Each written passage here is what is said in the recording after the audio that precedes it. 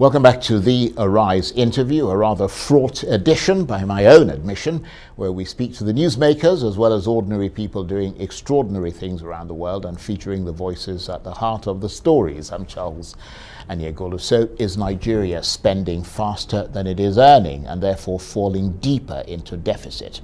And is the Nigerian government failing to demonstrate sound economic management by not tightening its purse strings?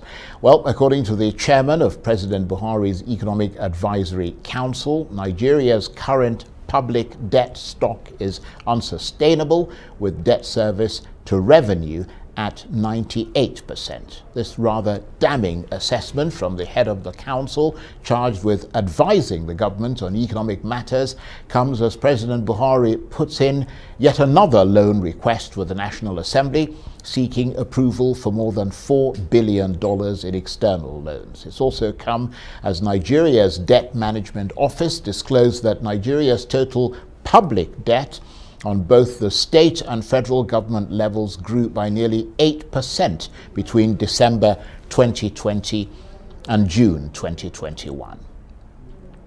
Well, to help us make sense of what's going on with Nigeria's debt, I'm joined now in the studio by the macroeconomic policy analyst, Professor Ken Ife, who's also a lead consultant to ECOWAS, the World Bank and the African Development Bank. Thank you very much indeed for joining us. Thank you. Is Nigeria failing to demonstrate the required track record of sound economic management? Or put another way, is the government spending faster, as I mentioned there, than it is earning, and therefore falling deeper into deficit and now lurching towards a long-lasting default? The answer to the first question about not demonstrating sound macroeconomic management that's obviously not true, because if you consider what happened in 2005, when we were owing over $30 billion, and 40% of that debt were as a result of infractions, unable to pay when it was due, penalties, and all of that. We don't have that kind of situation now. What we have is the product of all that experience was 2007 Fiscal Responsibility Act, which meant that there are now rules and laws guiding the exercise of that responsibility. And if you're asking me how do I now compare the two regimes, I would say that if you come to the issue of legality, the issue of prudence, financial accountability, there is more of that now. The debts are, obviously, borrowing is in the exclusive legislative list. The law says you can only borrow on concessionary terms and for capital projects and for human resource development. Any other thing, it outlaws it. It says it's unlawful. So if anybody is lending us money, not on those terms, the law says it's unlawful. What I would say is that the current request that is being made by the president was foreseen by the fiscal strategy paper, and it was part of the 2018-2020 MTF, Medium Term Expenditure Framework. It was captured in the borrowing plan. It was approved by National Assembly. It's always a protocol to still come back to them again at the point of borrowing. So that's why he's writing back to them again. So, and I have to say to you that more borrowing will come, because we still have 2021 to 2024 MTF. So there is more coming. But whether what we have done is reasonable, legal, I would say that it is. Well, but what I don't feel comfortable with is the way it was put in the paper. You couldn't be discussing the state of the economy and judging it with one macroeconomic parameter, which is debt sustainability, without regard to all other parameters and without regard to actually what was that money being used for. And how soon would we get out of that net? And all of those discussions never hit the table. Well, I mean, the point is that he was giving an address, and not everything he said was, obviously this is a newspaper, the newspapers condensed it, but I think the knob of it is that Mr. Salami's assessment stands as an accusation against the Buhari administration of failing to curb Nigeria's spending and of ignoring the impact that this large-scale borrowing could have on this country's future. And he's the chairman of President Buhari's Economic Advisory Council. So this is not somebody who's just making empty sort of statements. I mean, he comes with a lot of credibility. He's entitled to his view, but unfortunately I don't share all of that. Now, the challenges that we faced as a country were existential. The security challenges were existential. If do nothing is not an option. We would be overrun by terrorists, bandits, the kidnappers. The whole country would be overrun. Just what happened in Afghanistan would happen in Nigeria if we do nothing. Then COVID was an existential problem. Many people were dying in thousands. If you do nothing, many more people would have died and it would have spread. We were promised 20% of our population free vaccine. Where are they? We would have been getting 40 million vaccines free from international promise. Where is it? We've only got only 4 million. We would have to find money to buy vaccines to save more lives. Then unemployment, you will do nothing, no public works program. Unemployment will drag all our boys and girls in the street and they'll bring down the government. So the challenges are just not the ones. If you look at the infrastructure for which a lot of this money were borrowed, the last investment in rail tracks was in 1927. And now see how expensive it is to build rail tracks, and then see the benefit of doing that. Kaduna to Abuja to Kaduna, see how happy people are using that track. Lagos to Ibadan. If you don't have Lagos to Ibadan rail, you couldn't conceive of building a deep sea port in Lekki. How could you do that? That capacity is more than all the existing seaports put together.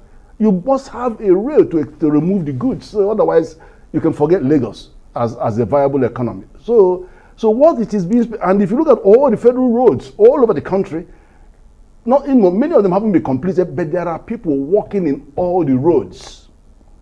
That wasn't the case before the administration. So what I'm saying, in fact, we should focus on what was the outcome of this debt and how soon would we get out of it, and what is government actually doing about the debt.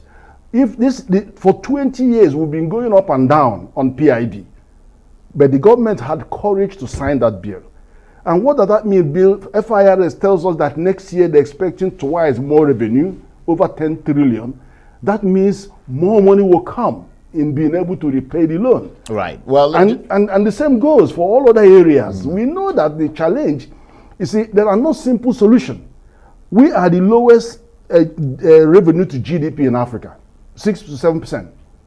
But if you want to double that overnight, it means you have to double the tax on everybody, and you can't do that. It's not sustainable. Well, first of all, for those in our audience who may not be on top of things, just very briefly explain what debt service to revenue ratio is, because it stands at the moment at nearly 98%. And that's part of the reason why the alarm is being raised. Okay, there are two core debt ratios.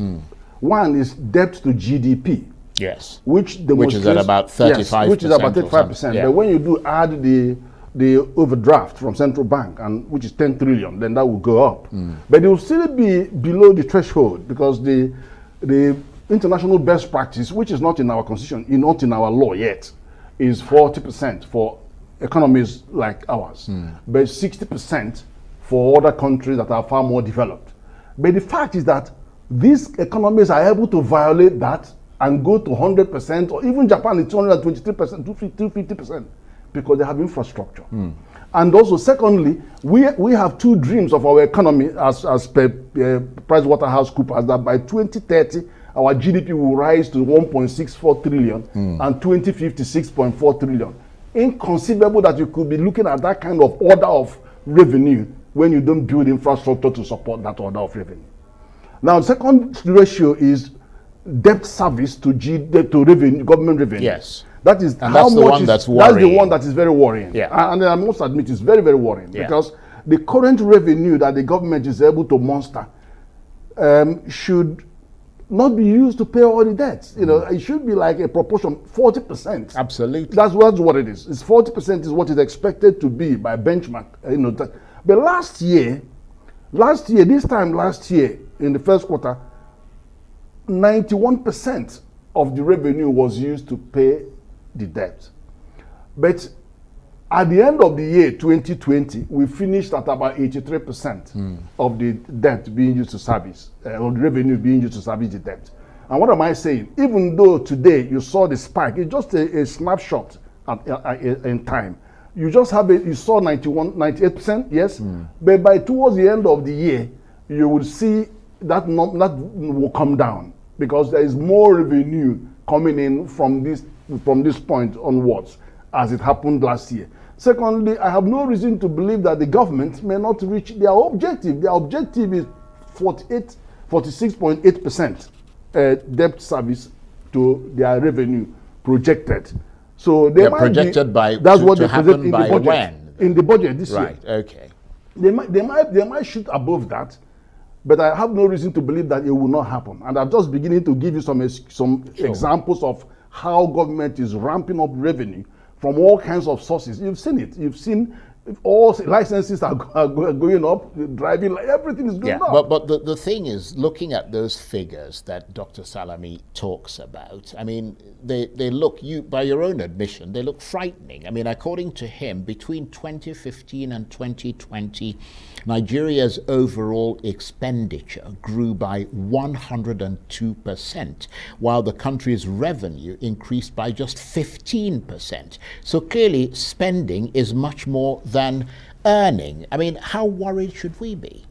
Well, ordinarily, I would be worried, but when you take a bigger picture, if you look at the bigger picture, I don't see that as a cause for serious alarm, because you have to.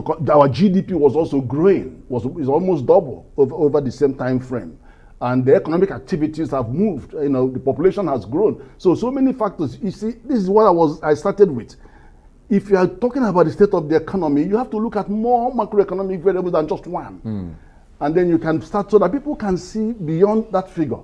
Otherwise, you just frighten everybody, and more capital flight will continue. Yeah, but you see, the ineluctable fact is that the expenditure grew by 102%. Whatever reasons are responsible for that growth, it is a figure that when you compare it to the revenue that increased by just 15% by any standard, that's a worrying development.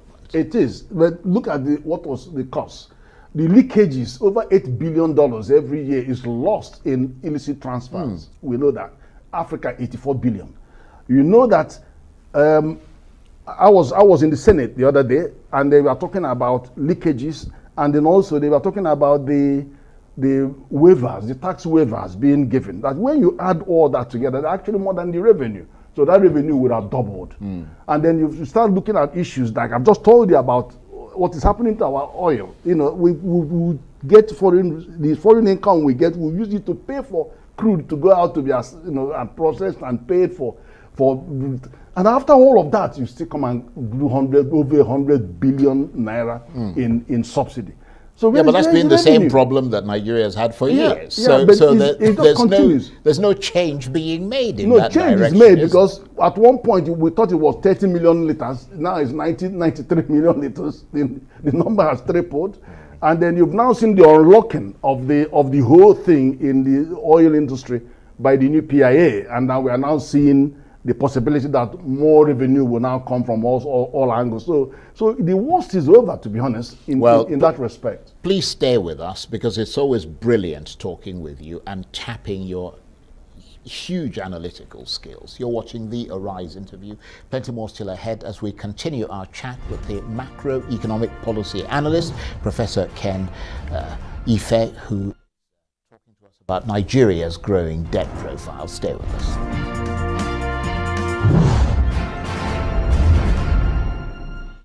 Welcome back to the Arise interview. I'm Charles Onyegolu. Now, if you haven't seen today's edition of This Day newspaper, then I'd urge you to get hold of a copy.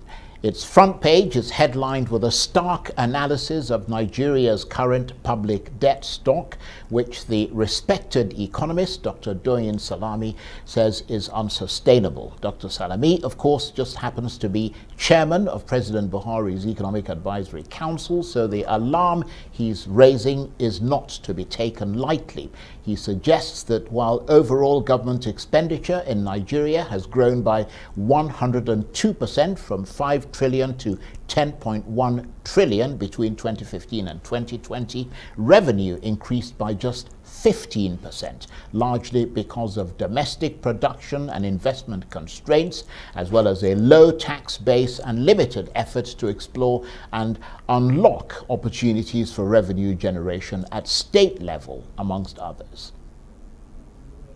And the macroeconomic policy analyst, Professor Ken Ife, who's also a lead consultant to ECOWAS, the World Bank, and the African Development Bank, is still with me in the studio. Thank you very much indeed for staying with us. Thank you. So I guess the question must be, why is revenue increasing at such a low rate in a country with such a large population and with the potential for much bigger production? Well, I think Doyin has mentioned, Dr. Doyin has mentioned the state component of it. And you've seen that some states like Lagos, that were aggressive and brought technology to bear, had revenues triple and quadruple. And many states are struggling to do this. And we're trying to help them using, obviously, the Fiscal Responsibility Act and all of that, trying to persuade them to go down that route. But I also say that part of the challenge that we have as a country is this. Africa, there are only 90 million MSMEs in Africa. Nigeria has 42 million of those, nearly half. So how could Nigeria be 18% of Africa, 18% of GDP of Nigeria? Nigeria's GDP is 18%, but on entrepreneurship, we are many, many times more, which means is a big area of comparative advantage. But then when you look at the tax burden, they look at the tax. We are the lowest on paper. But when you look at implicit tax, where you take into account all kinds of tax that they have to carry, we are far the highest. The tax burden on our MSME is far the highest. So how far can you go in taxing them? So that the challenge will now be to widen the base rather than hit them more. Absolutely. And you can even see in 2019 Finance Act, they exited them from tax until they have a turnover of 25 million and above. Okay? So that tells you the constraint that the government is having in having to simply overnight double the tax. And so they are looking at other ways, and they're getting even voluntary tax assessment for individuals to use them to access, to widen the participation. Then you also come and look at inefficiencies in the collection, inefficiencies in the leakages. The leakages are, I mean, they're using systems to tackle them. They have IPPIS, which is the personnel payroll system. They have the GIF mix. And when they ran that payroll over the BVN, they saw one person with 46 bank accounts, collecting people's salary. So they're using technology in many ways to improve the collection and then also to minimize the leakage in the system. The leakages are horrendous. Then I also mentioned the fact that a lot of the money is being given away as tax waivers to some of the big-time manufacturers. And then again, government is correcting that. And then other areas like NMPC has been tackled, boldly in such a way that we are unlocking twice more revenue from restructuring them and then having them just go and live with 10% of the revenue rather than handle 100% of the revenue. So all of these take time, but they're happening. And these things are happening because of the situation we are facing. But then it's a bit unfair to simply judge the whole economy by what has just happened last year. Nobody foresaw COVID coming, and for many countries are still in recession. We had to, in March, when the COVID hit Nigeria, the Minister of Finance said that the budget is going to be hit by 60%. And so you could imagine the misery in people's eyes and the unemployment, but eventually we fought our way out and spent more than the budget by the end of 2020. Plus the help from the National Assembly by spreading the first quarter that enabled us to spend more on capital projects. So and then you had a quantitative fiscal and monetary policy response from both CBN, and very, very coordinated, where you have 3.5 trillion on the table from the CBN side, monetary policy side, and then 2.3 on the fiscal side. So all of them work together to quickly exit us from recession in one quarter. Right. I have to say that you can't be doing this by not borrowing money. Yeah. When you have, there's nothing you can do without investment. If you are fighting security, you have to invest in equipment. You have to invest. Obviously. And then for you to invest, first of all, you have to use money. You save. You have no saving. And if you don't have any saving, you have to borrow. So but the law says you can only borrow on concessionary terms over a longer time frame, and for capital projects and human resource development. Obviously, health is human resource. Employment is human resource. Education is human resource. And I tell you something, once we all agree that privatization is just the quickest way, PPP and all of that, PPP is constrained in certain area.